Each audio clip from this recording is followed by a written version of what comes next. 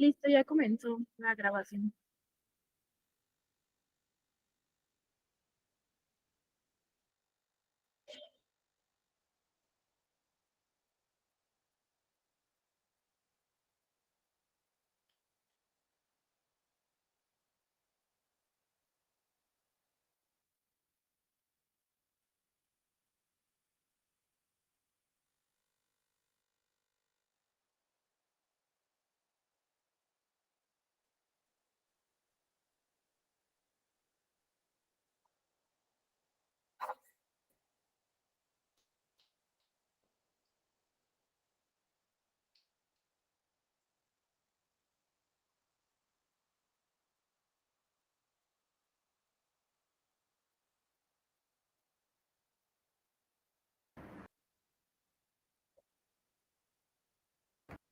Ya comenzó la grabación, ¿eh?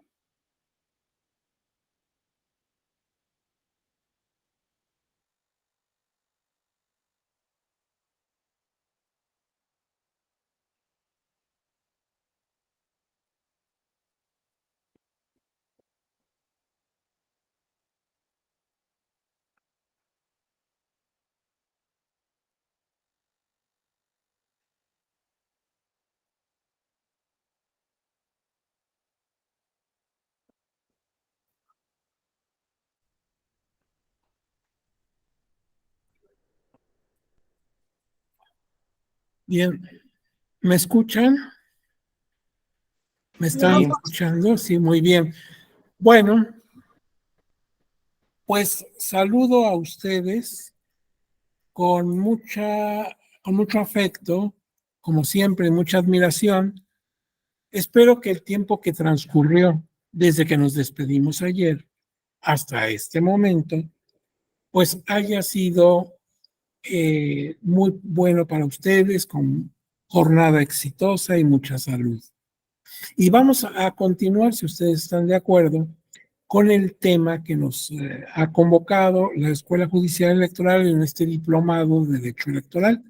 Estamos hablando de los derechos político-electorales de las personas que integran pueblos y comunidades originarias y afro-mexicanas. Y en el último momento, ya cuando nos íbamos a despedir, ayer, hablábamos del origen de la costumbre como fuente formal del derecho, porque la Constitución manifiesta que en estas comunidades se pueden regir por usos y costumbres. Y veíamos ayer que ya en la época de la dominación española, en la época de la colonia, pues las leyes de Indias de 1680 permitían algo similar, nada más ponían la limitante de que los tales usos y costumbres de esos pueblos no afectaran disposiciones expresas de la religión católica o de la propia corona. Aquí ahora, pues también hay limitantes porque la Constitución, como lo vamos a ver dentro de un momento, nos da límites a esos usos y costumbres. Por ejemplo, no pueden afectar el empoderamiento o la dignidad de las mujeres, ni derechos humanos para cualquier género. O sea, hay limitantes.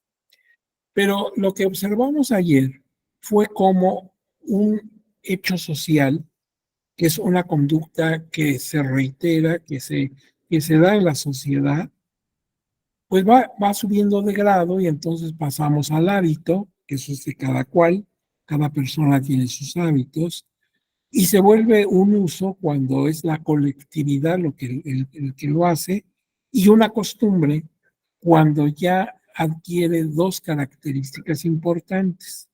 Es obligatorio, o sea, se impone la costumbre, por eso es una fuente formal del derecho, y además ya no puede ser negativa, porque el derecho no nos puede incitar a realizar conductas negativas.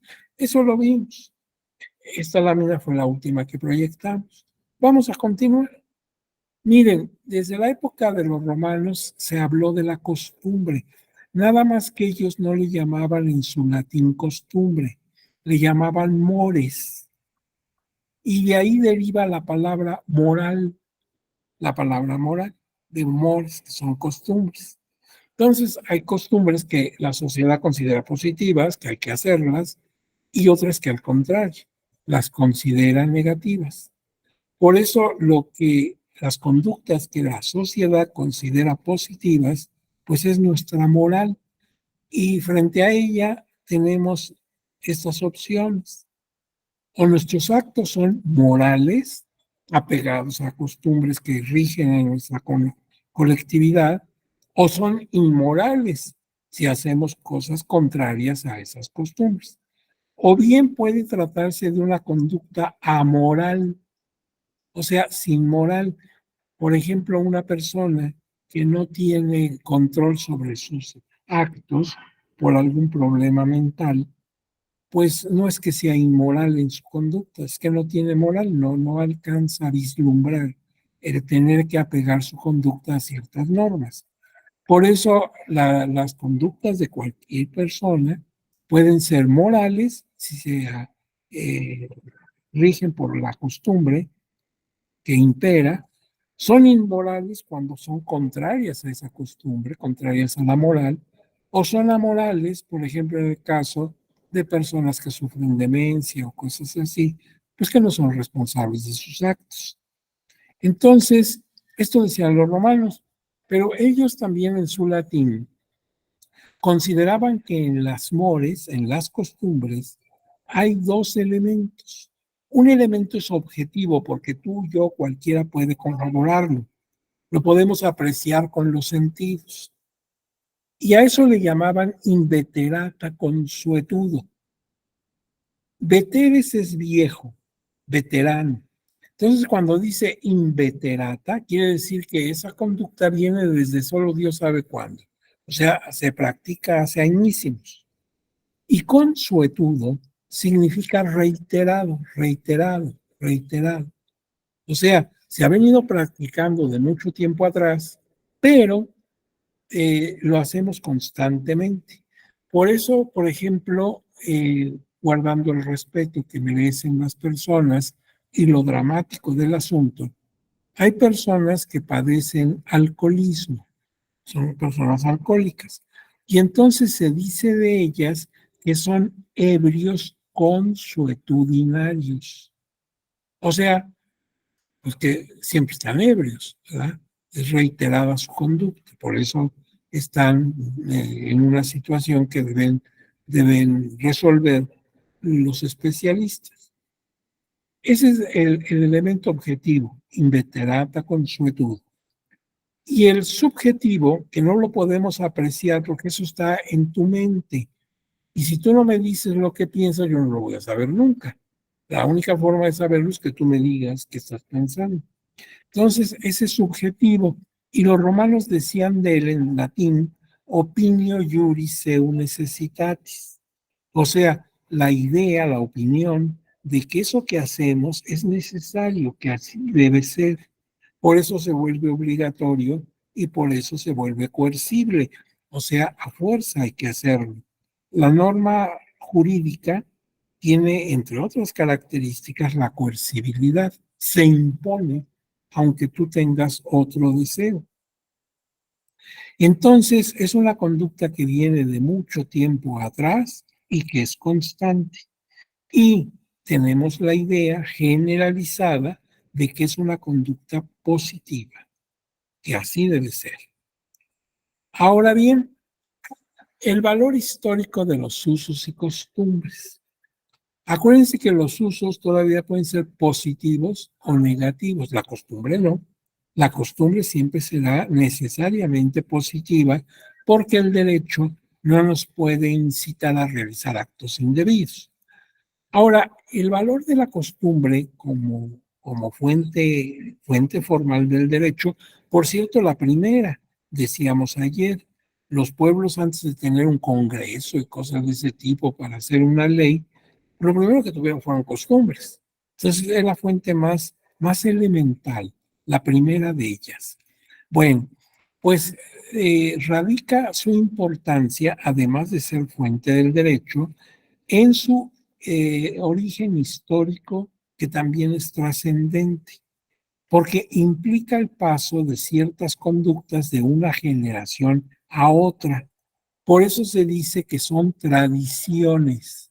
Tradición también viene del latín traditio, traditio es un verbo que significa pasar, así como cuando nos pasamos de una mano a otra un objeto, como cuando estamos este, pues llevando bultos, ¿verdad?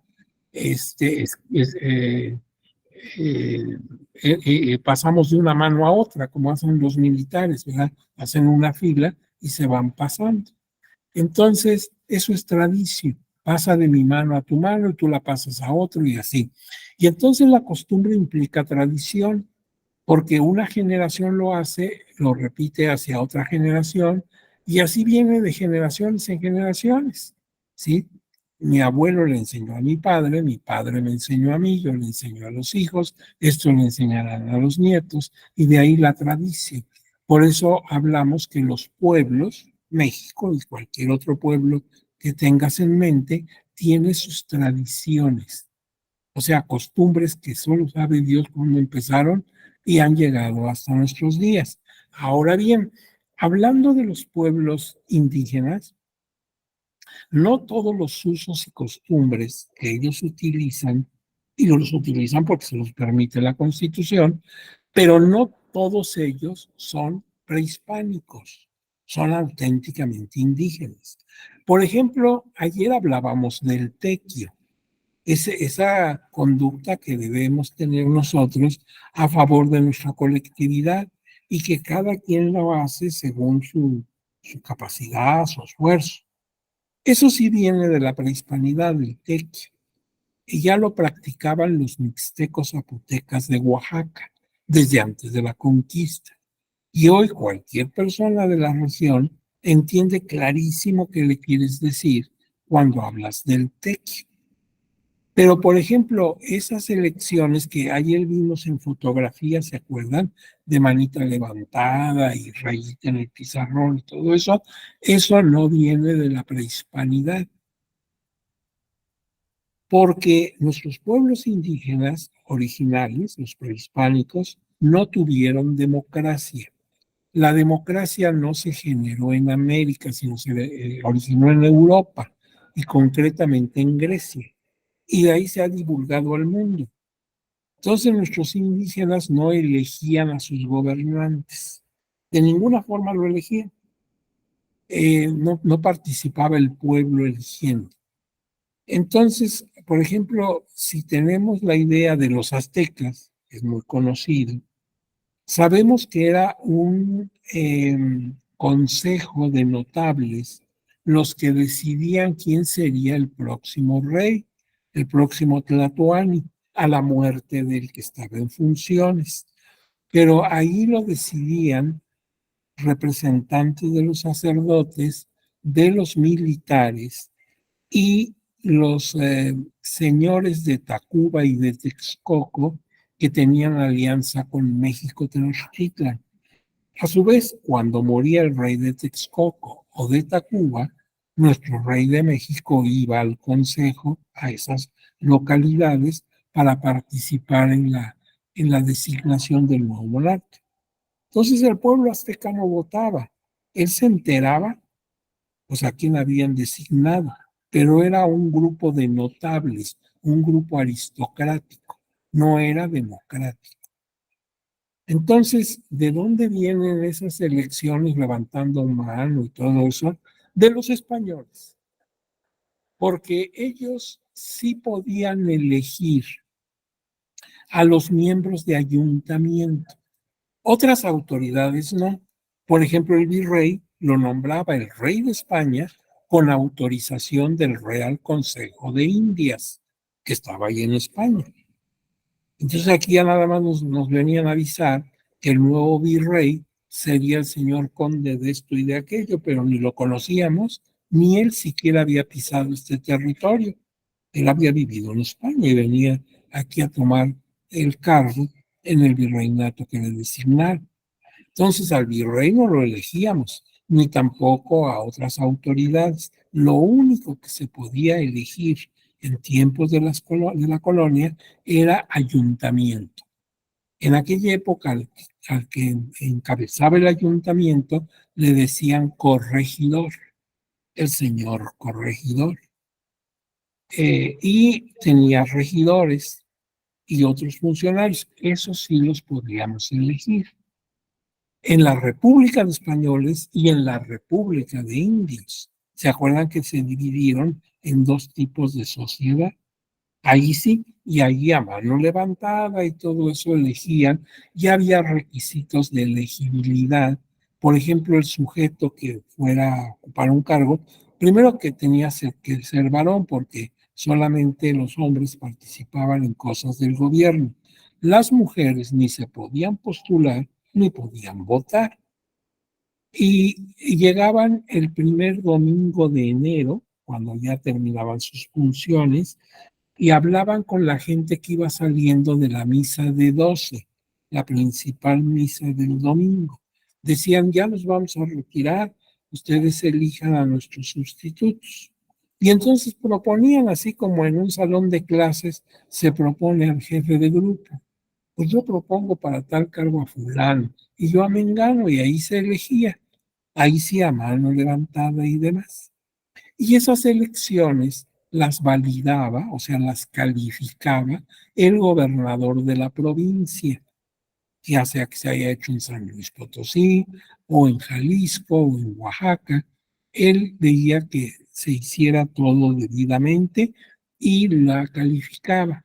Y si era una elección en un pueblo indígena, tenía que hacerse frente a un religioso, un fraile o un sacerdote, para que él diera fe de que todo se había llevado a cabo de acuerdo con las disposiciones de la época.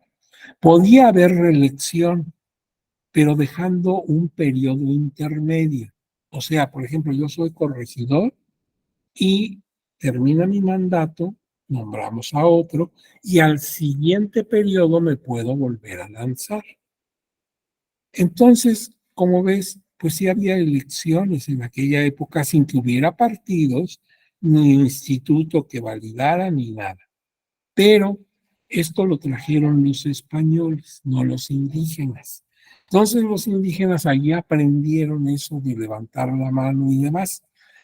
Por eso cuando dicen nuestra forma de votar es muy antigua, claro que sí, tiene 500 años de practicar el pueblo. Entonces, de que es una conducta antigua, pues claro que lo es, pero una cosa importante, no es prehispánica. Es español, por cierto. Los españoles nos enseñaron a votar así con manita levantada. Y ya con el tiempo ya se empezó a hacer lo de la raya en el pizarrón y lo demás. Ahora bien, la Constitución nos pone límites a esa posibilidad de usar eh, usos y costumbres. El artículo segundo de la Constitución, donde ya dijimos, al quitarle el tema de la esclavitud, quedó en blanco y entonces ahí está impactado todo el régimen jurídico de las comunidades indígenas y ahora de los afrodescendientes. Entonces, en su fracción 2, dice ese artículo segundo, aplicar sus propios sistemas normativos en la regulación y solución de sus conflictos internos, sujetándose a los principios generales de esta Constitución, respetando las garantías individuales, los derechos humanos y de manera relevante la dignidad e integridad de las mujeres. Entonces ya la Constitución dice, puedes hacer uso de usos y costumbres, pero sin que afectes derechos de terceros, garantías individuales y sobre todo derechos de la mujer. Pero si no nos queda claro, tenemos la fracción 3. Dice, elegir de acuerdo con sus normas, procedimientos y prácticas tradicionales, ya sabemos por qué son tradicionales, han pasado de una generación a otra, a las autoridades o representantes para el ejercicio de sus formas propias de gobierno interno, garantizando que las mujeres y los hombres indígenas disfrutarán y ejercerán su derecho de votar y ser votados en condiciones de igualdad, así como a acceder y desempeñar cargos públicos, así de elección popular para los que hayan sido electos o designados en un marco que respete el pacto federal o la soberanía de los estados y la autonomía de la Ciudad de México. En ningún caso las prácticas comunitarias podrán limitar los derechos político-electorales de los y las ciudadanas en la elección de sus autoridades municipales. Entonces, si no nos quedaba claro, aquí nos lo insisten. No podemos, en mención a usos y costumbres, aducir eso para no darle, por ejemplo, posesión de su cargo a una mujer que ha sido electa para un cargo público. Ni tampoco podemos obstaculizarle su trabajo, porque a veces se ha llegado a ese extremo. Bueno, tomas posesión, pero pues no tienes oficina, no te informa, no te pasan los documentos que requiere tu cargo, no te citan a las juntas de municipios, en fin, te boicotean, por decirlo en una palabra. Esto no es correcto. Y ahí no puedes aducir, es que aquí nunca ha gobernado una mujer. Pues que te vayas acostumbrando, porque de aquí en adelante pueden gobernar las mujeres en igualdad que los hombres. Entonces, que quede clarísimo para que no después buscamos con usos y costumbres cosas que no tienen nada que ver con eso. La autoridad máxima en estas comunidades es la asamblea comunitaria. Ayer vimos algunas fotografías de esa asamblea comunitaria, conformada por la ciudadanía del lugar, con hombres y mujeres. En las fotografías había fotos en donde predominaban las mujeres y otros los hombres, pero yo expliqué cuál es la razón. Pero están participando los dos y queda constancia porque hay acta que se levanta. Entonces ahí se ve cuántas mujeres participaron, cuántos hombres lo hicieron. Y se debe tener constancia de la convocatoria. A todos se les avisó públicamente que la asamblea comunitaria se iba a desarrollar tal día, tal hora, en tal lugar. Entonces, no queda aquello de que no les digas nada para que no acudan. Ahora bien, esa asamblea comunitaria es ante quien debe desahogarse la consulta obligatoria de los pueblos. ¿Te acuerdas que te dije que la consulta, pues hay que hacerla cuando vamos a llevar a cabo un proyecto en la comunidad que les afecta? Entonces tenemos que consultar con el pueblo, informarlo y tomar su decisión al respecto. Pero no vamos casa por casa, sino convocamos a través de los dirigentes de la asamblea para que en tal fecha, a tal hora, estén todos reunidos y ahí les podamos explicar así, con bolitas y palitos, lo que queremos y a ver qué piensan ellos. Ahora ves aquí, ya pasamos esto de los usos y costumbres, ya pasamos esto de alguna disposición constitucional concreta, y ahora ves una imagen muy curiosa, porque son semicírculos, ¿sí? Esta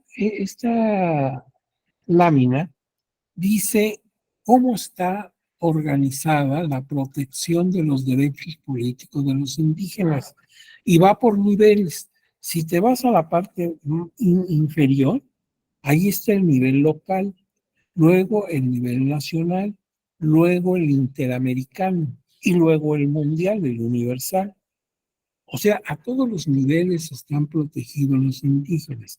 Vamos a ir de abajo para arriba.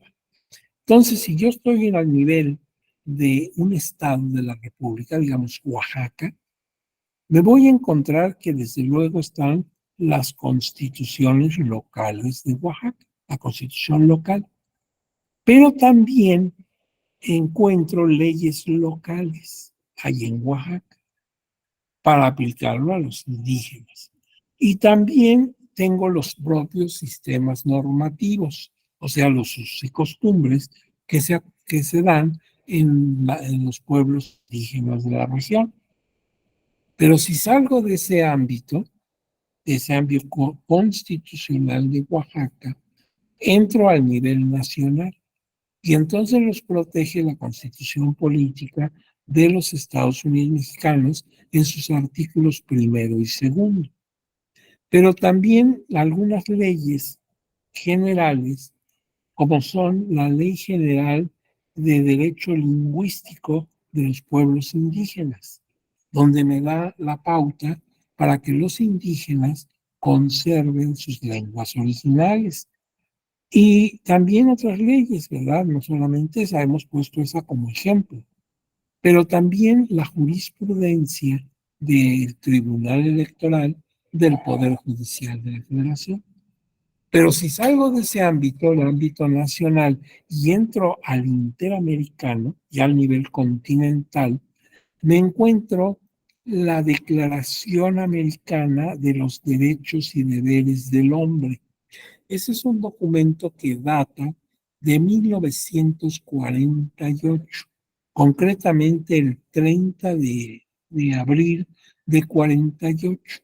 Se reunieron los países de América en la ciudad de Bogotá, capital de Colombia, y ahí firmaron esta Carta de Derechos y Deberes de los Estados miembros. Se conoce también como Carta de Bogotá. Y entre sus artículos, como lo vamos a ver, tienen algunas disposiciones a favor de los pueblos originarios. Y también, por ejemplo, la Convención Americana sobre Derechos Humanos, que le llamamos Pacto de San José, ¿sí? Entonces, porque se firmó en San José de Costa Rica. México es miembro de esta convención, ha firmado y ratificado su documento y por lo mismo, pues es ley del país, está dentro del sistema jurídico mexicano. Pero si me salgo del ámbito de mi continente, me voy a nivel universal, tengo la Declaración Universal de Derechos Humanos o Carta de San Francisco, que se firmó en diciembre de 48, o sea, unos meses después de la Carta de Bogotá. Y me encuentro, por ejemplo, el Pacto Internacional de Derechos Civiles y Políticos y, por ejemplo, las disposiciones del comisionado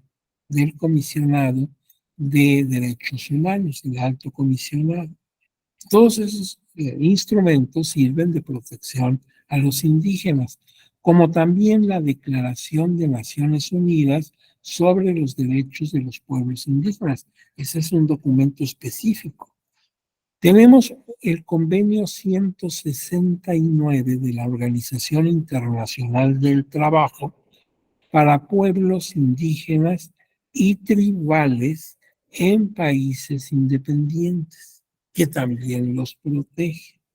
Entonces vean cómo desde el ámbito local, desde que estoy hablando en un municipio de Oaxaca, y hasta llegar al nivel universal, van habiendo documentos, diversos documentos, en donde se contienen derechos de los indígenas.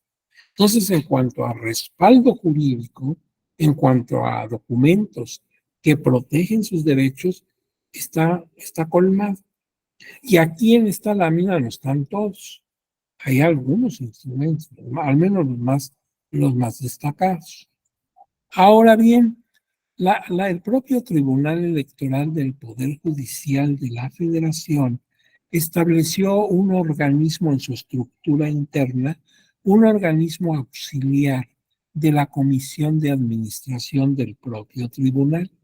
La Comisión de Administración del Tribunal es un órgano que controla todas las actividades administrativas y disciplinarias del tribunal y tiene varias dependencias, varios organismos que la apoyan. Entre ellos está la Defensoría Pública Electoral para Pueblos y Comunidades Indígenas.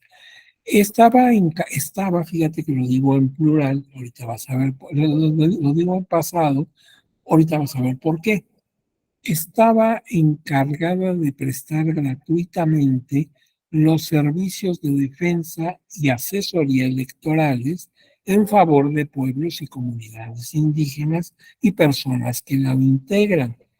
La defensa electoral consistía en la representación y o defensa de los derechos políticos electorales ante las propias salas del tribunal.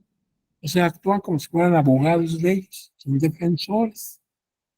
Y es el mismo tribunal.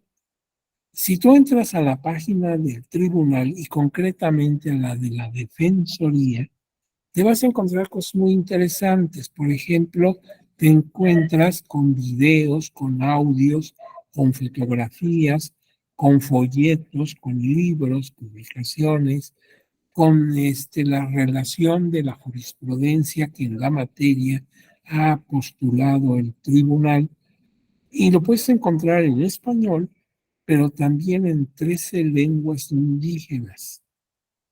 Se han seleccionado 13 de las lenguas más habladas en las comunidades indígenas, y pues una persona que hable esas lenguas lo puede entender. Ahí en la lámina, cuando la tengas, está la página electrónica, ¿sí? Para que tú puedas acceder a esta defensoría. Y ahí te vas a dar un mundo de cosas que tienen para orientar a quienes se interesan por esta temática. Pero ¿por qué dije tenían, etcétera, en pasado? Porque fíjate que en 2016 se creó la defensoría, a la que me acabo de referir, pero era una defensoría pública electoral para pueblos y comunidades indígenas exclusivamente. Sin embargo, el 19 de agosto del año pasado, o sea, ya casi va a ser un año, se publicó en el Diario Oficial de la Federación una reforma al reglamento interno de nuestro tribunal. Y ahí se creó la nueva Defensoría Pública Electoral. Ya no hace alusión a los indígenas, no porque ahora los haya olvidado, sino porque amplió su cobertura. Ahora protege, claro, a los indígenas, pero también a los afrodescendientes, pero también a las personas de la comunidad lésbica, etcétera, a muchos colectivos. Ahorita lo vamos a ver. Entonces, ya la anterior, la que se fundó en 2016, quedó sin efecto en 2020, pero no para que quedaran sin protección, sino para crear una nueva defensoría que ahora protege a un conglomerado más amplio. ¿Y qué es lo que tiene como propósito esta nueva defensoría? Pues proporciona servicios gratuitos de defensa y asesoramiento en materia de derechos políticos electorales y orienta concretamente, hace mediación, asesoría y representación en colectivos vulnerables para lograr una justicia más incluyente, ciudadana y abierta. Incluso personas que no están en problema político electoral de sus derechos, a lo mejor lo que ellos les afecta, pues es otra cuestión que está relacionada con dotación de agua o cosas así. Aquí no te lo resuelven, pero tampoco te dan con la puerta en la cara y te dicen, esto no es el político electoral, así que vayas. ¿Y qué hago? Pues mueras. ¿Verdad? No, no, no. No te pueden ayudar porque no es institucional, pero sí te pueden orientar. Puede usted acudir a la Defensoría de los Derechos Humanos, a tal lugar, puede usted acudir a la Dirección de Aguas, puede usted ir a su alcaldía o a su municipio y preguntar en tal oficina, ahí lo van a orientar. O sea, aunque no sea lo electoral, pues algo te orienta. Ahora, si es materia político-electoral, pueden tomar hasta tu defensa frente a las salas regionales que correspondan. Mira, aquí están los grupos beneficiados. Ya no son los indígenas nada más, sino son mujeres en casos de paridad y de violencia política de género. Si alguna mujer tiene un problema sobre eso, que vaya a la defensoría y la van a atender y orientar muy bien. Por ejemplo, personas, comunidades de pueblos indígenas, o sea, personas, comunidades y pueblos indígenas. O sea, ellos siguen protegidos. Pero además están grupos equiparables, porque el artículo segundo dice que se puede aplicar el mismo sistema que a los indígenas en comunidades que tengan parecido, que sean similares. Por ejemplo, quiero pensar a manera de ejemplo que en nuestro querido estado de Chihuahua, por cierto, el más grande de la República, hay una comunidad de mormones. Ellos no son indígenas, pero esa comunidad tiene mucho de aspectos que se parecen a los indígenas. Entonces ellos se pueden ver beneficiados con ese régimen específico, porque aquí dice grupos equiparables, de acuerdo con la Constitución. También mexicanos residentes en el extranjero, afromexicanos que ya desde 2019 han sido reconocidos sus derechos en la Constitución, personas con discapacidad, niñas, niños y adolescentes, juventudes, personas adultas mayores, personas de la diversidad sexual y de género, personas en prisión preventiva y otros que justifiquen solicitar los servicios de esta defensoría. Como ves, se amplió, pero muchísimo, porque antes estaba dedicado nada más a la cuestión de las personas indígenas y ahora ha ampliado a 11 colectivos y todavía en la fracción 12 nos explican que si alguien más faltó aquí de la lista, pero puede estar en condiciones similares, bueno, podemos tomarlo en cuenta. ¿Mm? Por eso es que te decía, hacían elaboraban esto otro. Ahora siguen presentes, pero con mayor cobertura. Ahora vamos a ver el análisis de los derechos políticos electorales de los indígenas. Primero distingamos entre pueblo y comunidad, porque esa distinción la da la Constitución, artículo segundo, habla de pueblos y comunidades. Esa Y es copulativa, está uniendo dos cosas. No es opcional, no dice pueblos o comunidades, en cuyo caso serían pues opcional llamarles de un modo o de otro. Pero como es Y, es copulativa. Y entonces son dos cosas diferentes. Bueno, aquí dice algo interesante antes de ver esto de pueblos y comunidades indígenas. Aquí la Constitución, en su artículo primero, en su artículo, no primero, sino en el artículo segundo, dice quiénes son pueblos indígenas. Y lo dice de esta manera.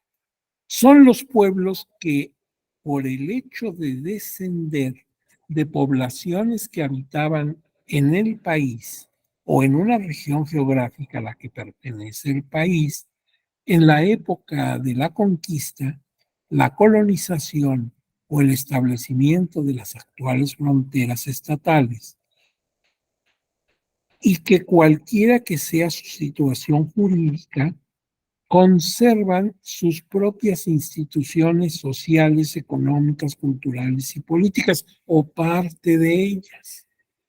Esa es la definición que da la Constitución, pero la toma casi textualmente, casi a la calca de el convenio 169 de la OIT, de la Organización Internacional del Trabajo. Entonces la definición no es de nuestra Constitución. Nuestra Constitución se apropia de lo que estableció la OIT.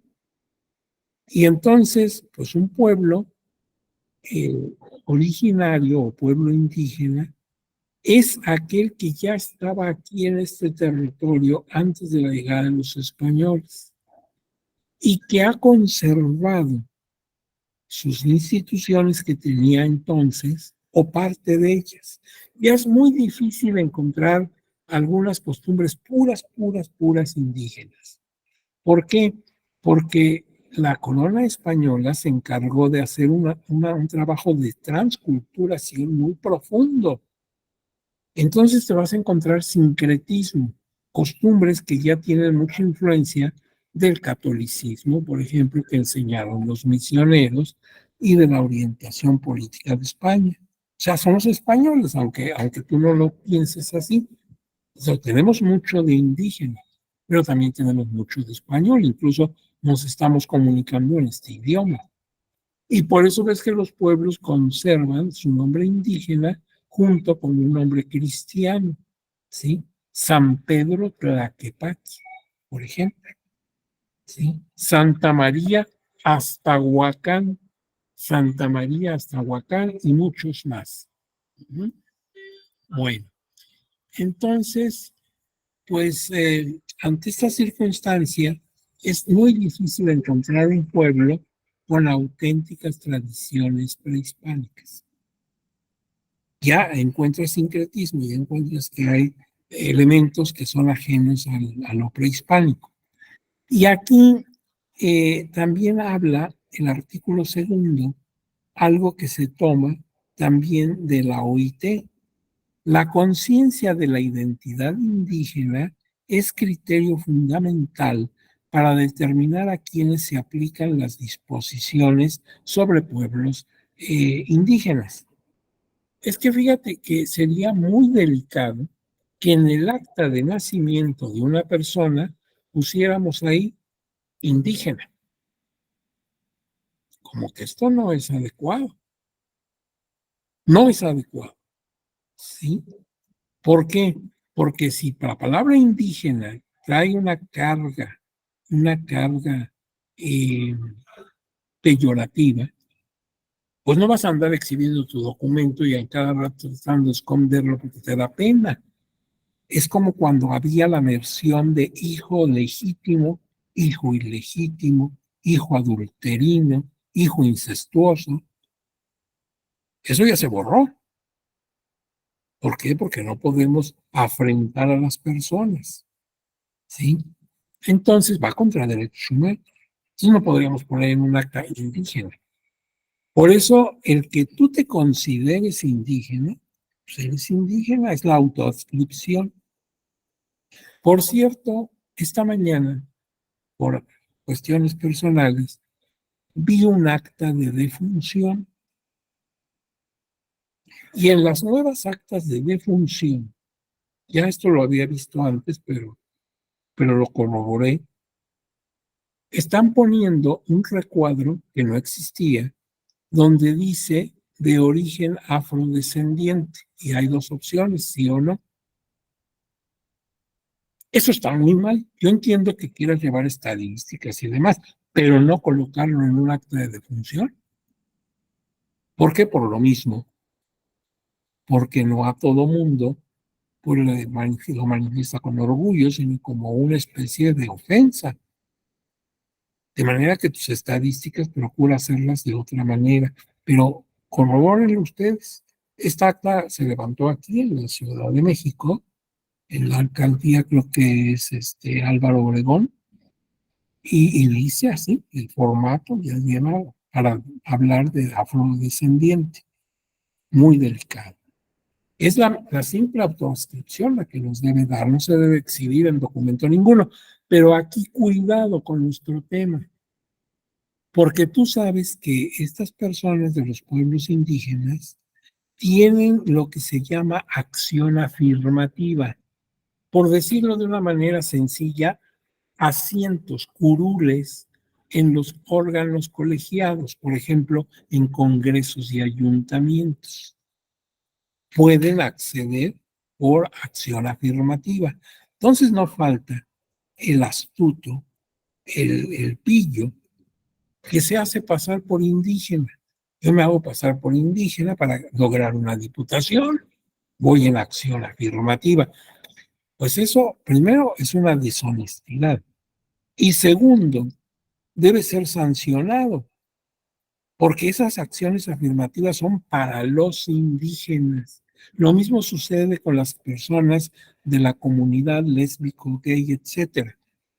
No falta el que se quiere hacer pasar de vivo y dice, yo soy de esa comunidad, pero lo único que quiere es llegar a una curul. A lo mejor incluso se ha expresado despectivamente y con agresión a ese conjunto y ahora se hace pasar. No, no podemos permitir que se haga esta, pues digamos, esta usurpación, ¿sí? Esos asientos están para esas personas, no para gente ajena. Aquí lo que se hace es que si alguien tiene noticia de que ese no es indígena, pues compruebe ante la autoridad que no lo es. Y desde luego, pues ya no se queda, ya queda sin efecto su autoadscripción.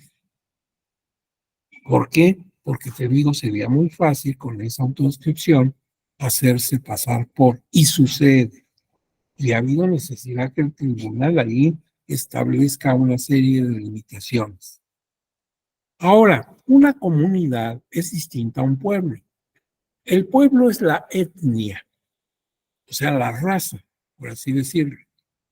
Y entonces hablamos de los otomíes, hablamos de los yaquis y seris de Sonora, de los chamulas o tzotziles de Chiapas y así, así. Pero una comunidad ya es una agrupación sociopolítica que tiene un gobierno definido y una cultura específica y representantes. Y lo pueden demostrar con su propia lengua, con sus cosas sociales, etcétera. Es ya una comunidad política. Para que lo veas con más claridad, a reserva que esto lo podrás ver con calma porque va a ser tuyo, voy a poner un ejemplo. Voy a tomar el ejemplo de el estado de Nayarit. El estado de Nayarit, que está sobre la costa del Pacífico, en la parte central norte del país, pues tiene, entre muchos pueblos indígenas que ahí te puedes encontrar, tiene a los coras. Los coras están esparcidos por Nayarit, parte de Durango, parte de Sinaloa y Jalisco. Y me encuentro, por ejemplo, si voy a la capital de Nayarit, por las calles de Tepic de Nervo, pues me encuentro en las calles a personas vestidas con el traje típico de ellos, bordado su traje de manta, su pañuelo o paliacate, un sombrero redondito que le cuelgan unos pues como cascabelitos. Y en cualquier lugar de Tepic te encuentras tiendas donde venden sus artesanías. Hacen mucho de Shakira y todo eso. Entonces, cualquier persona que conoce Tepic, fácil que te los describe, porque te los encuentras en esta esquina o en aquella. Ahora, ese es el pueblo, esa es la raza, los coras. Pero si yo me voy a un municipio de Nayarit que se llama Nayar, que era el nombre de un jefe indígena que defendió la zona frente a la invasión española, y de ahí el nombre de Nayarit, la tierra de Nayar. Pero hay un municipio que se llama Nayar.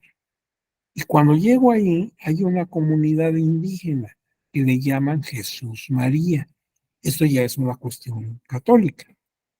Y me encuentro que ahí en Jesús María ya es un pueblo con organización política.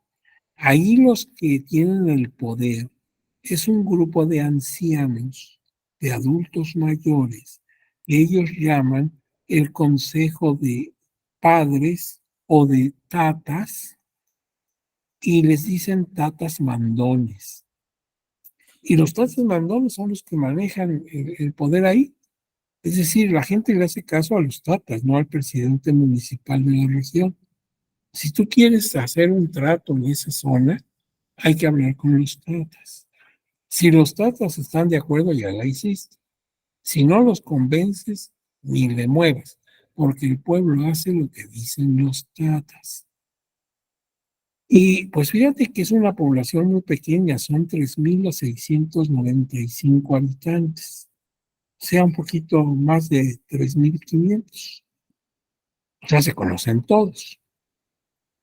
Para llegar a ese lugar, si sales de la ciudad de Tepic, la capital, pues tienes que caminar un rato por carretera, pero luego tienes que meterte a terracería. Y dependiendo el clima y las condiciones atmosféricas, te haces unas 5 horas o un poquito más desde Tepic hasta Jesús María. Está en la sierra. Y también hay una avioneta que la puedes tomar en el Aeropuerto Internacional de Tepic, el Amado Nervo, y esa avioneta te lleva como en 40 minutos o 1 hora, también dependiendo de las condiciones climáticas, a Jesús María. Como ves, no está así precisamente muy fácil. No hay una autopista, ¿verdad? Y tampoco una central de aviones que te lleve de un lado a otro. Pero ahí eso es una comunidad diferente al pueblo. El pueblo es el Cora. La comunidad es la de Jesús María en Nayar. Ahora bien, ¿qué derechos político-electorales tienen los indígenas? Bueno, en principio tienen los mismos que nosotros, ¿eh? Porque ellos también son ciudadanos. Por eso ayer en las fotografías veíamos cómo también votan para presidente de la República, para gobernador, tienen su credencial del INE, como la tienes tú. Pero mira, ya vimos lo que son los usos y costumbres, ya vimos lo que es el derecho indígena al que nos vamos a referir y los derechos político-electorales de los indígenas. Ahí tienen sus derechos. Estos derechos que estás viendo aquí los tenemos también nosotros sin ser indígenas. Votar en elecciones populares y en formas de democracia directa. Por ejemplo, que vamos a hacer una consulta popular, ellos participan como tú. Que una revocación de mandato como la que tuvimos el año pasado, creo que fue en 21, pues ellos también participaron. También ser votados para cargos de elección popular, como puede ser tú o yo, nos podemos postular. Asociación libre y pacífica para formar parte en los asuntos políticos, igual lo tenemos nosotros. Afiliación libre e individual a los partidos políticos. Pues sí, podemos, tanto ellos como nosotros, afiliarnos a un partido. Pero, por ejemplo, esto ya no es igual para nosotros. La consulta a las comunidades originarias y afrodescendientes.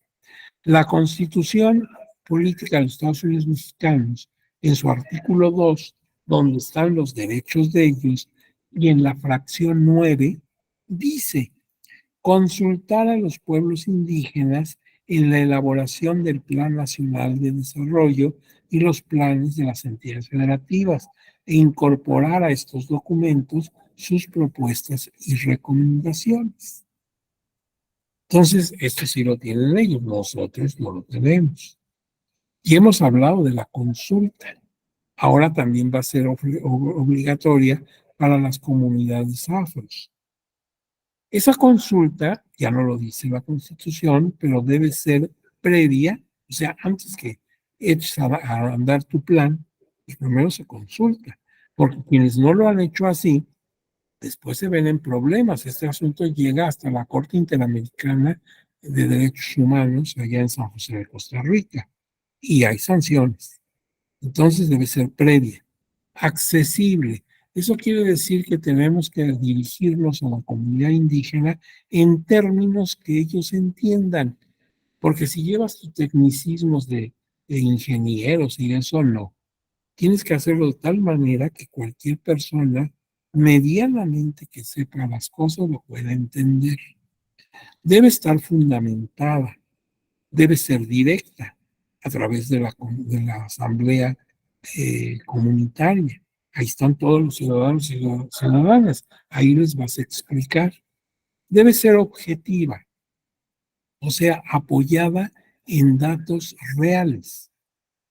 Tenemos que darles cifras, tenemos que darles características y como es objetiva, debemos decirle los pros y contras no nada más alabar nuestra idea para que ellos terminen votando a favor, sino también hacerles advertir que tiene algún riesgo, que puede impactar al medio ambiente. O sea, hablar con sinceridad. Estos son los pros y estos son los contras.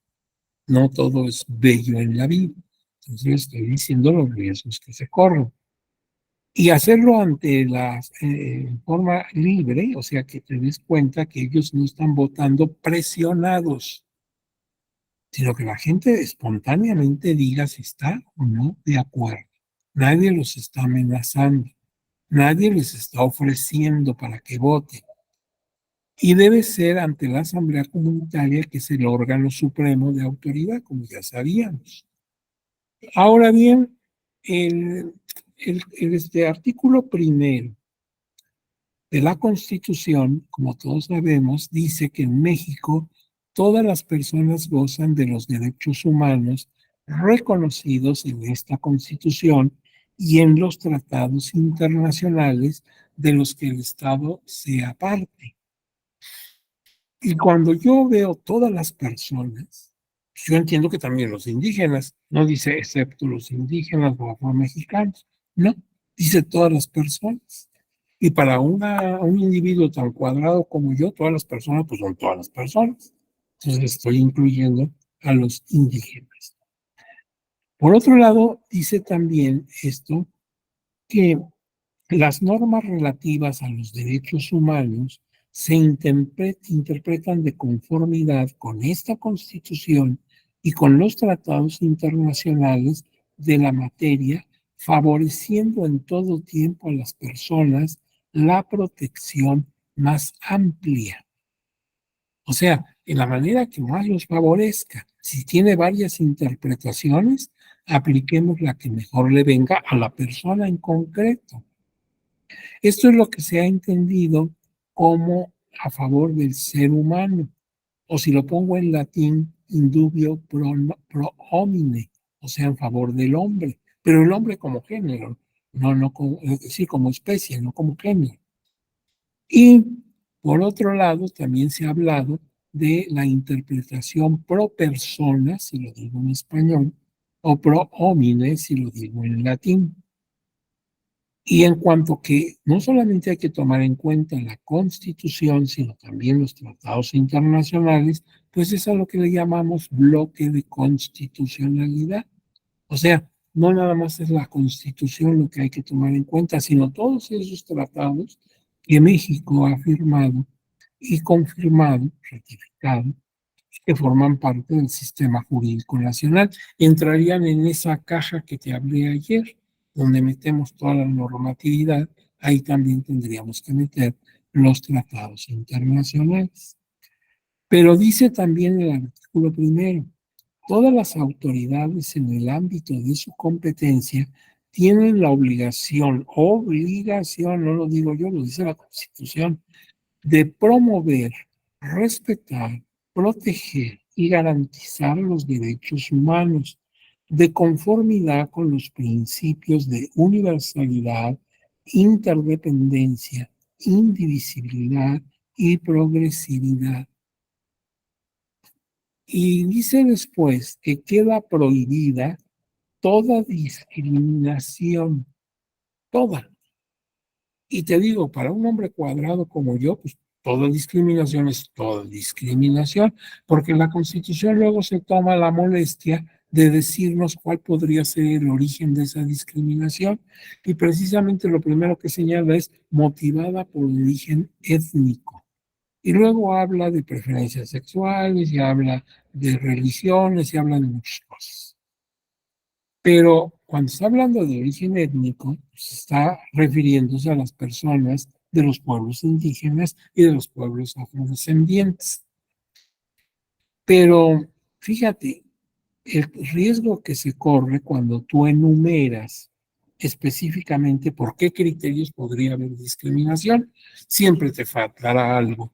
Por eso termina la Constitución diciendo y otros que atenten contra la dignidad, porque siempre habrá algo que se te pasó. ¿Para qué tomarte esa molestia? Si estás diciendo queda prohibida toda discriminación, punto. Queda clarísimo, ¿verdad? No dice excepto por esto, excepto por aquello, no. Dice toda discriminación. Para mí, toda discriminación, pues es toda discriminación. No puedo discriminar a nadie, ni porque sea indígena, ni porque sea mujer, ni porque sea feo, ni porque sea ignorante, ni porque sea verde o azul. Dice toda discriminación. Ahora, el artículo segundo, pues ya lo conocemos, pero lo que me interesa es señalar que tienen la posibilidad de decidir sus formas internas de organización pública. Y esto nos lleva a dos cosas que quiero diferenciar frente a ustedes. Autoridades tradicionales y autoridades constitucionales. Es decir, en estas comunidades, como lo vamos a ver al rato, se pueden elegir autoridades que están reconocidas en la Constitución. Por ejemplo, pues por ejemplo, los miembros de ayuntamiento, presidente municipal o alcalde, y claro, también mujer, regidores y síndicos. Esos cargos están en la Constitución política de los Estados Unidos mexicanos y en la Constitución de cualquier entidad federativa, incluso en la Ciudad de México como alcaldías. Estos son cargos constitucionales. Pero también pueden elegir autoridades tradicionales que solo tienen validez dentro de su organización. Por ejemplo, en la época de los mayas, había unos sujetos a los que les llamaban tupiles o topiles, ¿no? Depende cómo lo pronunciaras. Y eran especies de policías que guardaban el orden público y que hacían las aprehensiones de los sujetos cuando era necesario. Y también servían de mensajeros entre el monarca maya y las ciudades. Bueno, pues ahora también hay unos sujetos que le llaman topiles. Eligen también al jefe de la mesa directiva de padres de familia. Eligen al sacristán de una iglesia.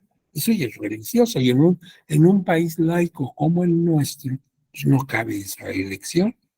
Pero son autoridades tradicionales.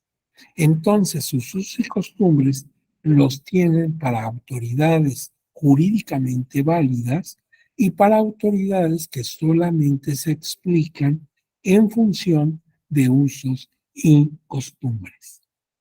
Pero también donde no toda la población es indígena, pero sí una buena parte, un porcentaje importante, pueden elegir, como ya dijimos ayer, representantes ante el municipio, para que cuando se traten asuntos que les afecten a ellos, estos representantes puedan hablar, intervenir, etcétera. Entonces, como que hay el municipio y enfrente representantes que directamente hablan a los miembros del ayuntamiento, a los miembros de ayuntamiento para que no violenten derechos de la comunidad. Ahora bien, y hay otros derechos, por ejemplo, acceder plenamente a la jurisdicción del Estado, y las leyes de cada Estado y sus constituciones van a señalar las normas aplicables ajustando ciertos principios. Ahora bien, al nivel internacional ya vimos, por ejemplo, que tiene el convenio 169 de la Organización Internacional sobre Pueblos Indígenas y Tribales en países independientes, donde se dice que los derechos de los indios son, entre otros, reconocer y proteger los valores, prácticas sociales, culturales, religiosas y espirituales propias de dichos pueblos. Adoptar medidas especiales para salvaguardar a las personas, las instituciones, los bienes de trabajo, las culturas y el medio ambiente de los pueblos interesados. La Declaración Universal de los Derechos de los Pueblos Indígenas. Ese es otro documento. Tienen derecho a la libre determinación, a determinar libremente su condición política y persiguen, perseguir libremente su desarrollo económico, social y cultural. Tienen derecho a la autonomía o al autogobierno en las cuestiones relacionadas con todo asunto interno local. Y si yo veo, por ejemplo, la Constitución en su artículo segundo, observo lo siguiente, que es muy significativo. Fíjense ustedes, aparte de los derechos políticos electorales, que no es nuestra materia, por ejemplo, tienen eh, preservar y enriquecer sus lenguas y conocimientos, todos los elementos que constituyen su cultura e identidad. Entonces tienen derecho a conservar su idioma. Conservar y mejorar el hábitat, o sea, el medio ambiente. Acceder con respeto a las formas de modalidad de propiedad. Ya tienen derecho a tener propiedad. A elegir en los municipios con población indígena representantes ante sus ayuntamientos. Acceder plenamente a la jurisdicción del Estado. También impulsar el desarrollo regional de las zonas indígenas con el fin de fortalecer las economías locales y mejorar las condiciones de vida del pueblo. No queremos indígenas pobres. Acabemos con esa idea que el indígena es pobre. ¿Y por qué? Si tiene derecho a tener las mismas oportunidades que tú tienes tu casa, tienes tu trabajo, tienes tu automóvil, ¿por qué no lo pueden tener ellos? Quitémonos ya ese prejuicio, indio pobre. Aquí la Constitución está diciendo, hay que desarrollar las comunidades, lo está mandando la Constitución, no yo. Acabemos con eso de la comunidad pobre porque es indígena o indígena porque es pobre. Otra, dice, garantizar e incrementar los niveles de escolaridad, favoreciendo la educación bilingüe e intercultural, la alfabetización, la conclusión de la educación básica, la capacitación productiva, etcétera, y la educación media, superior y superior. O sea, indígenas profesionistas. ¿Que pueden hacerlo? Pues claro que pueden hacerlo. Lo que falta es que tú llegues ahí y les pongas todo eso. ¿Y de dónde va a salir? Pues de nuestros impuestos. Si con eso salen una serie de arbitrariedades y latrocinios que cometen malos funcionarios, pues bien puede salir una escuela secundaria, una escuela preparatoria y acceso a las universidades. Pero fíjate que además la educación debe ser bilingüe, no nada más en su lengua la quieren conservar, la van a conservar, pero su lengua no se habla en todo el país. Y si tú nada más das la lengua indígena, condenas a esa persona desde pequeñito a que no salga de su pueblo, porque saliendo a la capital de su estado ya no lo entienden, ni él se da a entender, ni él entiende nada, porque ahí no hablan el idioma de él, sino hablan español. Entonces, de entrada, pues debe tener español y lengua indígena. ¿Puede con las dos? Claro. Si tú hablas varias lenguas, o hablas español y hablas inglés, y a lo mejor francés, italiano o alemán, si tú puedes, ¿no pueden ellos? ¿Por qué no incluso trilingüe? Les enseñas su lengua indígena, les enseñas el español y el inglés, y le abriste el mundo. Pueden viajar por el mundo entero. ¿Tienen derecho? Pues claro. ¿Por qué no? ¿En qué se distinguen de ti? Pues de nada, ¿verdad? Son tan mexicanotes como tú. Este es su país igual que el tuyo. Eso es lo que dice la Constitución. Lo que pasa es que cuando no queremos hacerlo, hacemos lo que te dije. Nos tapamos los ojos, como el ñandú, ¿verdad? Nos escondemos. Porque eso implica una política específica. Pues hay que tomarla, hay que afrontarla, ya basta de pobrezas. Pero sigamos. Asegurar el efectivo acceso a los servicios de salud O sea, tienen derecho a tener un sistema de salud apropiado. Mejorar las condiciones de las comunidades indígenas y de sus espacios para la convivencia y recreación. O sea, tienen derecho a tener una cancha de béisbol o de fútbol o de lo que quieran, igual que tú. Propiciar la incorporación de las mujeres indígenas al desarrollo mediante el apoyo a proyectos productivos. ¿Por qué por ser mujer no puede emprender un negocio? Claro que lo puede hacer igual que lo haces tú como mujer en la ciudad. No queremos a la indígena pobrecita que a dónde va. Dice, extender la red de comunicaciones, o sea, Internet. Ábreles el Internet. Ay, van a usar una computadora. Claro, van a usar una computadora como tú y van a tener acceso a todas las redes y a todo lo que tú haces. Establecer políticas sociales para proteger a los migrantes, a los que ya se fueron incluso, porque aquí no encontraron futuro. Pues esto dice la Constitución, ¿no? Eso ya no son derechos políticos electorales del ciudadano, pero no importa, son sus derechos. Hay que leer el artículo segundo completito para que nos quitemos telarañas, para que dejemos de pensar en ese binomio o trinomio terrible, indio, pobre, ignorante. Eso no lo quiere la Constitución. Y quiere salvar las lenguas indígenas, y lo puede hacer. Pero yo quiero que mis niños indígenas sean trilingües, de menos, como tú lo eres. Tú hablas el español, hablas el inglés, y bueno, hablas el italiano o el francés. Y has podido, y no te haces bolas. Y sabes cuándo hay que hablar en italiano, cuándo hay que hablar en inglés, cuándo en español. Ellos son tan inteligentes como tú. Lo que les hace falta es que les den los elementos para que lo hagan. Ahora bien, tenemos el Pacto Internacional de Derechos Civiles, la Convención, este, bueno, dice don Fernando que tiene su constitución de bolsillo. Qué bueno. Nada más que claro que tiene que cambiarla cada 15 días, porque acuérdese que la Constitución se reforma a cada momento. Si usted saca una que está impresa hace 3 meses, pues ya está desactualizada. Ya es como si sacaran la de Apatzingán, ¿verdad? Porque se está constantemente reformando.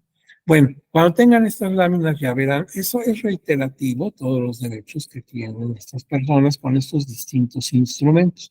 Ahora, aquí tenemos algo extraño. Mira, está el mapa de nuestro país al que estamos habituados, desde niños, del Bravo al Suchiate y de la Baja California a la península de Yucatán. Ese es nuestro México. Pero tú observa que está dividido en sus entidades federativas y en algunas de ellas hay unas bolitas de color amarillo. Los colores diferentes que aparecen en el mapa, uno que es muy negro, otro que es gris, etcétera, son las circunscripciones plurinominales, son 5. Esas han variado, han cambiado. Pero ves unas bolitas amarillas, por ejemplo, en Chiapas hay una, en Yucatán, en fin. Eran los distritos electorales. También te voy a decir por qué eran. Mira, resulta que en 2001 se decidió que de los 300 distritos uninominales electorales federales, o sea, el país todo, esta imagen que tenemos, se divide en 300 partes, que son distritos electorales federales. Por eso, en la Cámara de Diputados del Congreso de la Unión, hay 300 diputados que son de mayoría relativa. Se elige un diputado por cada distrito electoral federal. Bueno, entonces, con esos 300 distritos federales, se dio la idea de crear que 20 de ellos fueran indígenas y postularan para sus cargos gente indígena, o sea, diputados indígenas, que hubiera indígenas en el Congreso. Se vio cuáles tenían es esa característica de ser distritos con una población muy grande de indígenas. Y ahí los tienes distribuidos, por ejemplo, en Oaxaca hay 8 distritos, y en Puebla, en cambio, pues hay 3, y por ejemplo en el Estado de México 1, y así. Total, que son 20 de los 300 distritos, lo que representa el 9.32%. Bien, pues ya era algo, ya los indígenas podían llegar al Congreso de la Unión. Fíjate que hay países como Nueva Zelanda, en donde tú cuando vas al Congreso te encuentras que hay muchísima gente indígena. Ellos usan también sus trajes típicos y todo de por allá. Nueva Zelanda está muy cercana a Australia y ya tienen tiempo con representación indígena en su Congreso. Bueno, pero esto era porque cuando hicimos el censo de población en 2020, ¿se acuerdan que fue el último que hicimos? Hace 2 años, tuvimos que en plena pandemia y contestar a nuestros censores los datos del censo. Y entonces, pues la población varió, obviamente.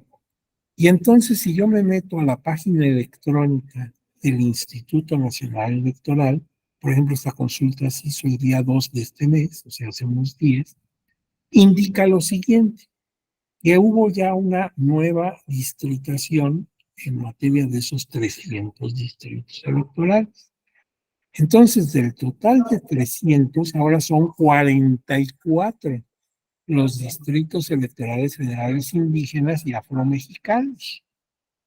Eran 20, ¿te acuerdas? Pues ahora son 44. Y en los estados, en cada estado de la República, los distritos que eran, que son en total 679, sumando a las 32 entidades federativas, 115 son distritos electorales locales, indígenas y afromexicanos.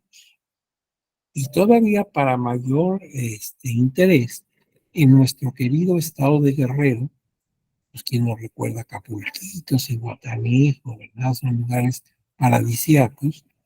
Pues en el estado de Guerrero se consideró un distrito electoral local afromexicano. O sea, ahí tienen que forzosamente nombrar una afro. ¿Esto dónde está? En Coajimalpa, que es un municipio que se encuentra en la costa chica de Guerrero. Si tú estás en Acapulco y vas para el sur, es Costa Chica, como que vas para Oaxaca. Si vas para el norte, como que vas para Michoacán, es Costa Grande. Entonces, para el sur está la Costa Chica y ahí está Coajimalpa, que ya es un distrito electoral afro. Te digo, nuestros amigos los afro llegaron muy tarde, pero bueno, ya están ahí, ya están con presencia.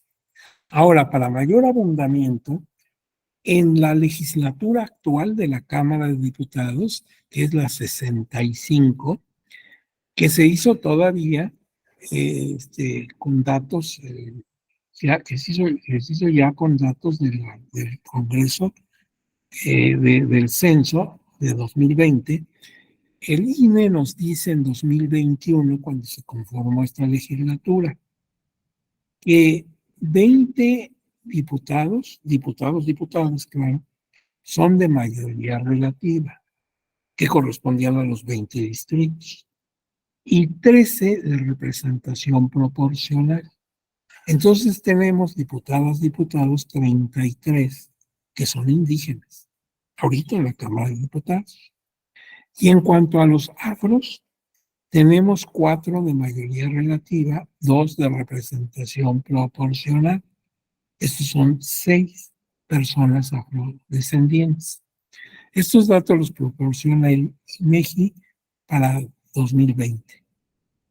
La población indígena en esa época, en 2020, se calculaba en 16.933.283 personas, que constituyen el 15.1% de la población total. Y la gente afromexicana son 2.576.213 personas, que representan el 2% de la población nacional. Entonces, ¿ves? Ya hay presencia, ¿verdad? Ya hay gente. A cualquiera dirá, oiga, pero faltan, sí, pues todavía falta mucho. Y así como estamos viendo que hay representantes de estas comunidades indígenas y afros, pues también hay gente de la comunidad lésbica, gente con diferentes capacidades y así así. Ahora bien, aquí en estas láminas, cuando tú las tengas, vas a ver la diferencia entre las elecciones al nivel de usos y costumbres que en el sistema de partidos. No te voy a hostigar con ver cada detalle, porque por eso vas a traer las láminas, para que las veas bien cómo son diferentes. Por ejemplo, resulta que en el primer recuadro me dice que en el sistema de partidos políticos al que estamos habituados nosotros, los no indígenas, lo que determina la elección es la competencia entre militantes y simpatizantes de los partidos políticos. Ahorita lo estamos viendo. Por un lado, el partido Morena está viendo de todas las personas que podrían candidatearse a la presidencia en 24, la intentra, pues quién tiene más apoyo, ¿sí? Y entonces estamos viendo, ¿verdad? Que ya le va ganando la maestra Claudia al licenciado Ebrard, al revés, en fin, están en ese proceso. Y también los partidos que no son de Morena, los de oposición, también están viendo a ver a quién la van a apoyar. Entonces, lo que hay que hacer para ser candidatos es estar en el partido, ¿verdad? Estar vinculado, que el partido te apoye. Bueno, y los indígenas, mira, los indígenas, su sistema de elección implica una representación por cargo y comisión de una comunidad que empezará por la jerarquía más baja en la administración pública civil o religiosa. El tequio, por ejemplo.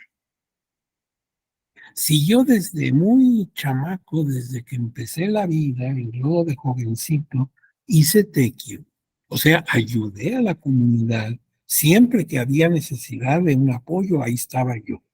Y me caractericé por mi dinamismo, por mi entusiasmo. Vamos a hacer un camino de terracería aquí porque lo necesitamos. Pues órale, yo me pongo en mangas de camisa y le echo ganas y entusiasmo y todo. La gente lo ve.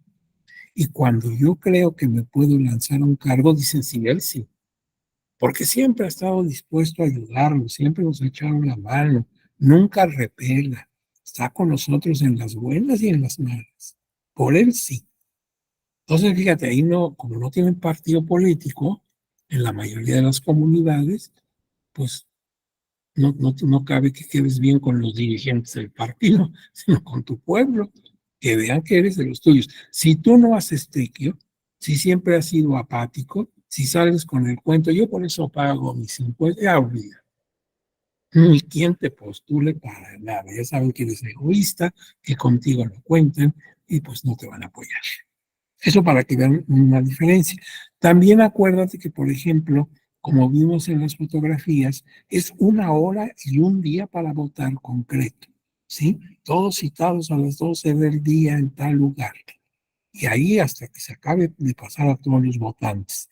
En cambio, nosotros tenemos un periodo, sí, un solo día, pero un periodo que inicia en la mañana y termina en la tarde, en el cual cada persona se llega a hacer su voto al momento que quiere o que considera conveniente. Entonces, sí hay diferencias.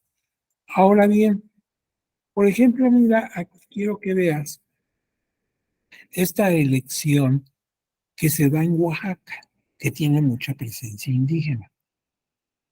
Pues vamos a elegir cargos municipales constitucionales, por ejemplo, el presidente municipal, que también le podemos llamar alcalde, síndicos y regidores. Ya sabes que el género es obvio que puede ser hombre y mujer, pero yo me encuentro, ahí están las leyes aplicables en Oaxaca, te decía, tiene varias, por ejemplo, desde luego su constitución, pero la Ley de Derechos de los Pueblos y Comunidades Indígenas del Estado de Oaxaca, por ejemplo, el Código de Instituciones Políticas y Procedimientos Electorales de Oaxaca, etcétera. Son varias leyes que se aplican. Pero yo veo que aquí los cargos varían. Por ejemplo, mira, ¿cuánto duran en su cargo como miembros de ayuntamiento? Pues depende. Por ejemplo, hay unos que es un año nada más. Los eligen cada año. En esto tienes a 59 municipios de Oaxaca que solamente por año, o sea, al año los tienen que cambiar o reelegir en su caso. Hacen un poco lo que los romanos, sin que yo creo que sepan nada de los romanos, porque los romanos también elegían sus cargos por un año, eran anuales. Por año y medio, 27 ayuntamientos se eligen así. 3 años, que es lo que más puede durar, casi en todos los estados de la República los cargos son de 3 años. Bueno, pues tienes 330 ayuntamientos que así se forman. Y ya no hay, por usos y costumbres, quien dé más años, porque ya sería así contra la Constitución. Entonces, van de un año, año y medio y 3 años.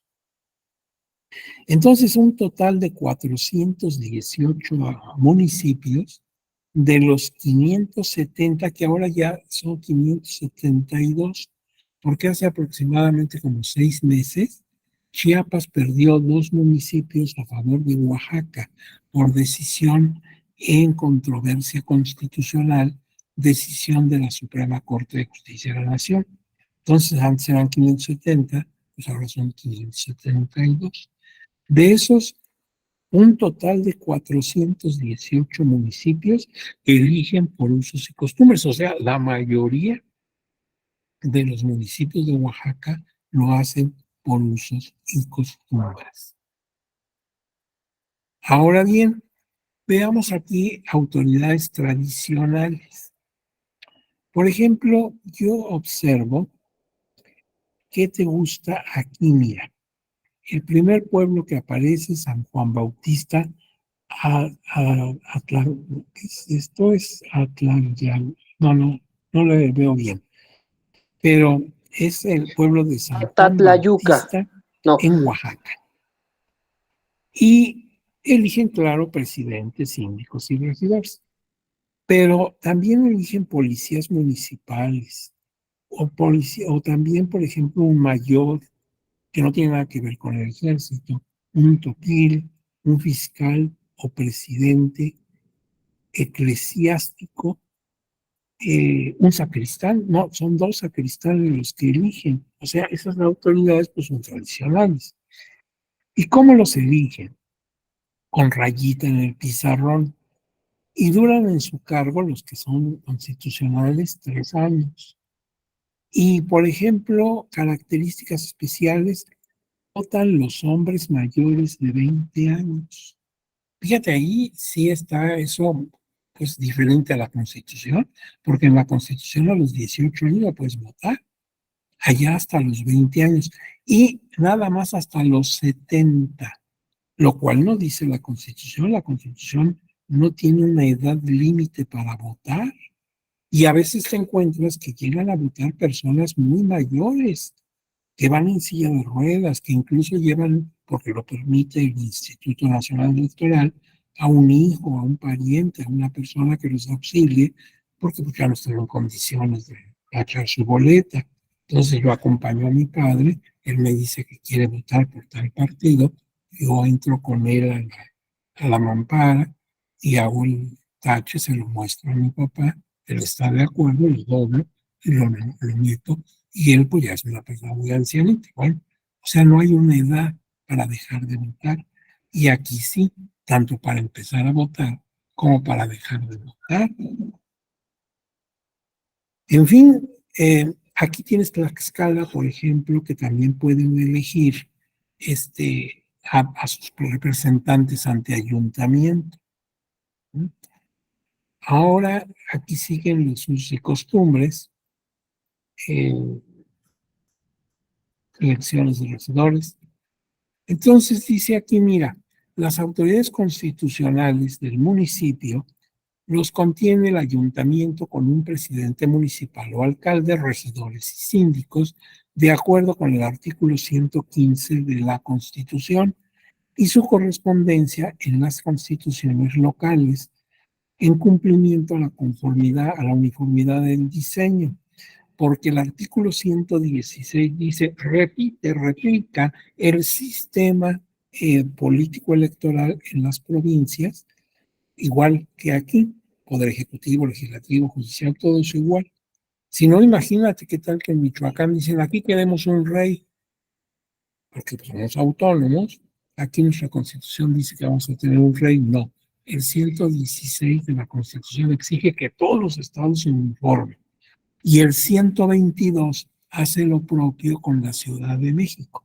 Entonces, gracias al 116 y 122 de la Constitución, todo el país replica el sistema federal. Ahora bien, tenemos aquí una jurisprudencia, una tesis jurisprudencial, que es la 43 del año 2011 del tribunal. Dice, costumbres indígenas, edad mínima para ocupar un cargo de elección municipal. Y en la parte que me interesa que conozcamos, dice, se observa que en algunas comunidades se exige como mínimo 20 o 25 años para acceder a un cargo de elección popular y que se deja de participar electoralmente a los 60 o a los 70 años, como vimos en una lámina. Entonces, el tribunal le respeta esa idea, aunque pues va contra lo común, porque en México, pues las edades para ocupar cargos son otras y también para votar y dejar de votar. Pero en esto sí se ha permitido que los indígenas tengan pues distintas edades. Ahora, aspectos relevantes de las elecciones por usos y costumbres. Como todo en la vida tiene sus pros y tiene sus contras.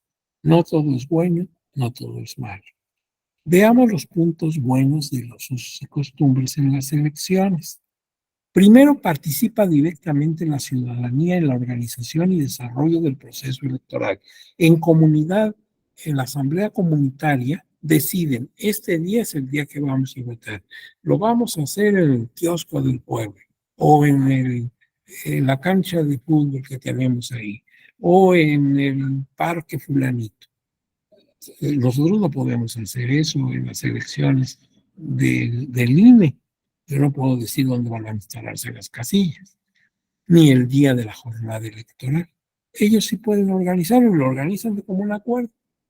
Bueno, otra cosa interesante es que pues tienen tradición en sus costumbres. Están acostumbrados a eso. Viene de generaciones y generaciones y generaciones, como dijimos hace rato. Son tradiciones, pasan de una generación a otra. Entonces saben perfectamente qué tienen que hacer.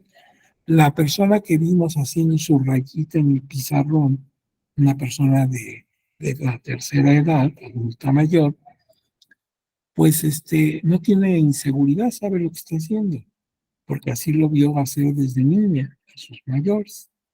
Y otra cosa, fomentar el interés y la solidaridad, porque como eres parte activa, pues sí te interesa saber en qué quedó, cómo va, etcétera. Quizás nosotros no tenemos ese seguimiento. Votamos, nos vamos a otra cosa y hasta en la noche nos preocupamos de ver por fin cuál es el resultado del conteo rápido, ¿verdad? Pero, pero no estamos al tanto de momento a momento lo que está sucediendo. Ahora, negativos. Pueden darse conductas tradicionalmente negativas, como esto de que no quieran que una mujer esté en un cargo público. Dos, se pone en riesgo la secrecía del voto por muchos usos y costumbres. Tú lo viste, todos nos enteramos por quién votó. Si es a mano levantada y dijo por quién votó, si es con rayita en el pizarrón, no hay secrecía. En ocasiones se ahondan controversias graves, porque como todos se conocen, luego hay rencillas familiares, los Aguilar contra los Trejo, y es un pleitazo que tienen ahí, que se refleja en el mundo de las elecciones. Y a veces se dispara la violencia, ¿eh? Sacan los machetes y las pistolas y se arma una balacera. No creas que todo es miel sobre hojuelas. Mucha gente cree que como son indígenas, pues son muy democráticas y muy bonitas. No crees. Es tendencia del hombre el quererse imponer. El que tiene el poder quiere seguirlo conservando, etcétera. Entonces, el que sean comunidades chiquitas no quiere decir que sean democracias grandes. Así que pues hay pros y contras. Ahí podría, y esto es nada más muy reducido. Si le seguimos pensando, podemos encontrar más cosas a favor y en contra. La secrecía del voto nació desde Grecia. En Grecia se votaba secretamente, no públicamente. Sí, había una asamblea, pero tú pasabas y depositabas una fichita de barro, yo diría en mi tierra Tepalcate, en una urna, en una olla de barro. Todos veían que pasabas y ponías, lo que no sabía que decía tu fichita. Cuando terminaban de pasar todos los que tenían que votar, se vaciaba la urna, se escrutaba, o sea, se escogía los que dijeron que sí, los que dijeron que no, y luego se hacía el cómputo. Pero nadie sabía por quién habías tú votado. Pero fíjate, por ejemplo, aquí en México, en el siglo XIX, se cantaba el voto.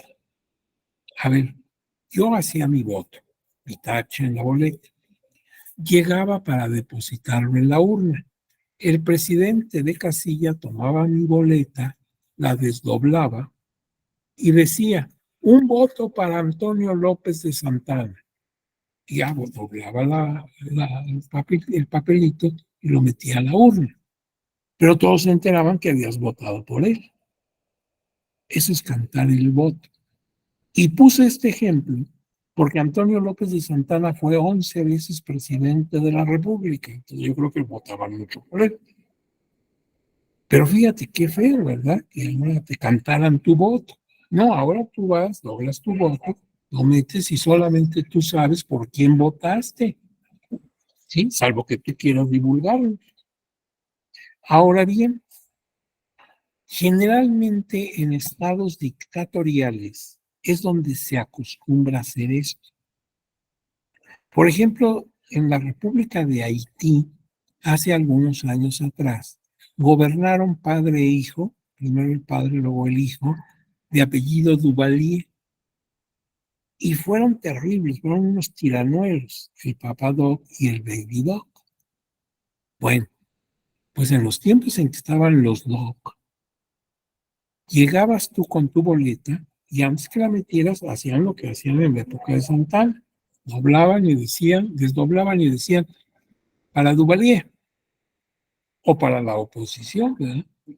Pero si tú votabas por la oposición, seguro que al rato llegaban a tu casa un grupo paramilitar que le llamaban totos matutes. Eran unos tipos robustos que venían en moto haciendo una escandalera y ándale, a balacear tu casa, a quemarte tus cosas, a amenazarte, porque sabían que había votado por la oposición. Entonces el voto debe ser secreto, para que no haya aquello de que se están presionando. Imagínate si en el pueblo se lanza mi compadre, pues todos vamos a votar por él. ¿Y qué tal que la señora a la hora de pintar su rayita la pinta para el otro candidato? No, pues cuando lleguemos a la casa no se la acaba. Si es secreto, pues ella puede decir que sí votó por el compadre, aunque haya votado por otra persona. El voto tiene que ser secreto para que no haya coacción, para que no haya quien nos empuje a votar por X o Z. Y acuérdate que cuando te dicen te doy tanto dinero, te hago esto, etcétera, pero necesito que le saques una foto a tu boleta antes de depositarla, eso es un delito electoral y se debe aplicar toda la ley, tanto si tú te prestas a hacerlo como si alguien lo hizo. El voto, para que realmente sea democrático, tiene que ser secreto. Ahora bien, el tequio ya vimos que es el trabajo que tenemos que realizar en la comunidad y eso sí es prehispánico. Pero fíjate que no es exclusivo de México. Por ejemplo, en España hay algo similar que le llaman hacedera, de hacer, ¿sí? De hacer, hacedera. Y esa misma figura, pero en América del Sur le llaman minca. O sea que hagas trabajo para la comunidad. Hay una tesis, la 13 de 2013 del tribunal, que dice que el tequio equivale al pago de contribuciones, es como si pagaras una contribución, como un impuesto, por lo que entonces debe tener los mismos principios que rigen en los impuestos, o sea, proporcionalidad, equidad y razonabilidad. No me vas a exigir a mí que me ponga a cargar varillas y tabiques cuando no puedo caminar correctamente. No le vas a exigir a una persona que haga un trabajo desmedido y a otra que haga cualquier cosa. Tiene como los impuestos, ¿no? Que ser proporcional, razonable y equitativo. Entonces, si yo vivo en una comunidad indígena, yo puedo ayudar en el texto, claro, pero en lo que esté en mis manos. Y si una persona es discapacitada, no la vas a poner a construir un camino. Pero, por ejemplo, si sabe leer y escribir, pues puede enseñar a los que no lo saben y lo puede hacer sentado en sus sillas de ruedas. El caso es que todos trabajemos, todos ayudemos en la medida de nuestras fuerzas y de nuestros conocimientos. Ahora, la tutela jurisdiccional, aquí vemos que incluso los partidos políticos tienen también en sus estatutos protección para los indígenas y están considerando acciones afirmativas. En los medios de impugnación, aquí hay un caso que se ejemplifica con Oaxaca, y aquí tienes jurisprudencia. Mira, está muy abigarrado, porque en jurisprudencia ha sido el tribunal muy abundante. Entonces estamos poniendo algunas jurisprudencias a guisa de ejemplos y aún así, mira, son 4 páginas de pura jurisprudencia. Y luego, pues el tribunal se ha caracterizado por tutelar de la mejor manera posible los derechos político-electorales de los justiciables, especialmente en los casos de grupos vulnerables. Esto es cierto. El tribunal en sus más de 25 años de existencia, este tribunal, porque antes hubo otros, pero este tribunal ya tiene más de 25 años, ya está sobre los 26 años. Y este tribunal se ha caracterizado por ser tutelar no solamente de los grupos indígenas, sino también de otros colectivos que han sido pues, marginados durante mucho tiempo. Por ejemplo, las mujeres, obvio, pero también la gente de la comunidad lésbica, por ejemplo, niños, niñas y adolescentes, etcétera, etcétera. Se ha caracterizado el tribunal por eso.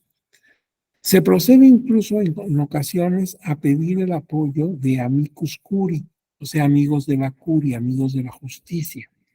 Son personas especializadas en materia antropológica, sociológica, histórica, etcétera, que pues pueden dar dictámenes muy ilustrativos. Lo que ellos manifiesten no es vinculante para el tribunal, pero sí es orientador. O sea, pueden hacer un estudio de un pueblo y decirle, mire, aquí las costumbres son estas. Desde tal fecha vienen haciendo esto otro. La economía se basa en esto. Esos estudios que pues no los va a hacer un magistrado, no va a ir al pueblo a indagar. Entonces, esos hábitos curis son muy orientadores. Por ejemplo, en el caso de San Francisco Cherán, que es un pueblo del estado de Michoacán, y que tú sabes que llegó a cambiar su régimen porque era nada más de partidos, al de sistemas normativos, cuando todavía la Constitución de Michoacán no tenía disposición al respecto. Entonces, para tomar una decisión sobre este punto, el tribunal solicitó el apoyo de la Universidad de San Nicolás de Hidalgo en Morelia, que es una institución muy prestigiosa, y pues maestros de ahí, especialistas, investigadores, hicieron el estudio de San Francisco Cherán y manifestaron que desde el tiempo de los purépechas, desde antes de la conquista, existía el pueblo. Lo único que pasa es que ahí fue colonización de los padres franciscanos, de ahí que se llama San Francisco Cherán, y que sí tenía las características de un pueblo prehispánico. Bueno, pues ahí tienes entonces que a veces se apoya el tribunal en personas expertas que pueden dar pues cierta luz sobre cosas a las que pues no se está habituado. Y por eso se habla de juzgar con criterio intercultural, así como hay criterio de género, ¿sí? Cultura de género para estudiar y resolver impugnaciones donde están eh, comprometidos los derechos de las mujeres, pues hay que juzgar con criterio intercultural. Pues también aquí hay que juzgar con criterio intercultural. ¿Por qué? Pues porque simplemente la manera de ver las cosas de las personas indígenas no es la misma que, por ejemplo, en el caso de personas no indígenas. Y hablando de mujeres indígenas, aquí te vas a encontrar que una magistrada del estado de Chiapas, del Tribunal Electoral de Chiapas, doña Celia Sofía Ruiz Olvera, esta magistrada ofreció una conferencia en la Escuela Judicial Electoral, en nuestra institución, el 14 de enero del año pasado, y habló de lo que sucede en Chiapas, donde todavía hay violencia política contra las mujeres. Por ejemplo, ella dijo que en 2015 se estimaba que pues había este porcentaje de hombres y mujeres en comunidades indígenas y que, por ejemplo, en Chiapas se había dado el caso en 2015 de que algunas candidatas habían sufrido en varios momentos atentados personales, amenazas, golpes incluso, y intenciones, retenciones, o sea, secuestros, daños en propiedad ajena, en automóviles, violencia en redes sociales, reventaban las redes sociales contra ellas. O sea, hay muchísimo que hacer todavía. Tenemos que crear una nueva cultura. ¿Por qué? Porque la ley lo dice, la jurisprudencia lo dice, pero ¿quién le hace caso?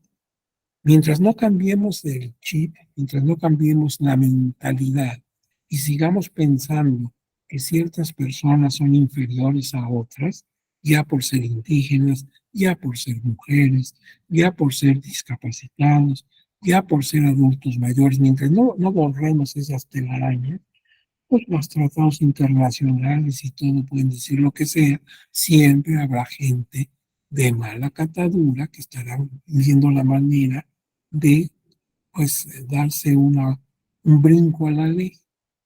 Entonces es inútil, lo que tenemos que cambiar es de cultura, porque los instrumentos ya los tenemos, ya vimos cuántos instrumentos internacionales protegen a los indígenas. Ahora bien, aquí en estas últimas láminas te dicen que si tienes tiempo, ya ves que lo que te sobra es tiempo, pues entonces en lugar de que andes haciendo maldades, ¿por qué no consultas estos casos que tomó la Suprema Corte de Justicia de la Nación y resolvió en acción de inconstitucionalidad? Por ejemplo, en el estado de Yucatán se promulgó una nueva ley de salud, planeación familiar, y se hicieron ediciones en español y en maya para que llegara a pueblos que no saben español. Pero entonces otros pueblos que tienen otras lenguas dijeron, oiga, eso pues nos afecta. Si van a traducir a idiomas indígenas, pues también tienen que tomar en cuenta los idiomas que aquí se hablan, no todos hablan maya. Y así, por ejemplo, en el estado de Chihuahua, también porque no se consultó previamente a los pueblos y comunidades indígenas respecto a algunos aspectos sobre la educación y la discapacidad. Entonces, todo esto te lo dan, aquí te sugieren algunos libros, etcétera.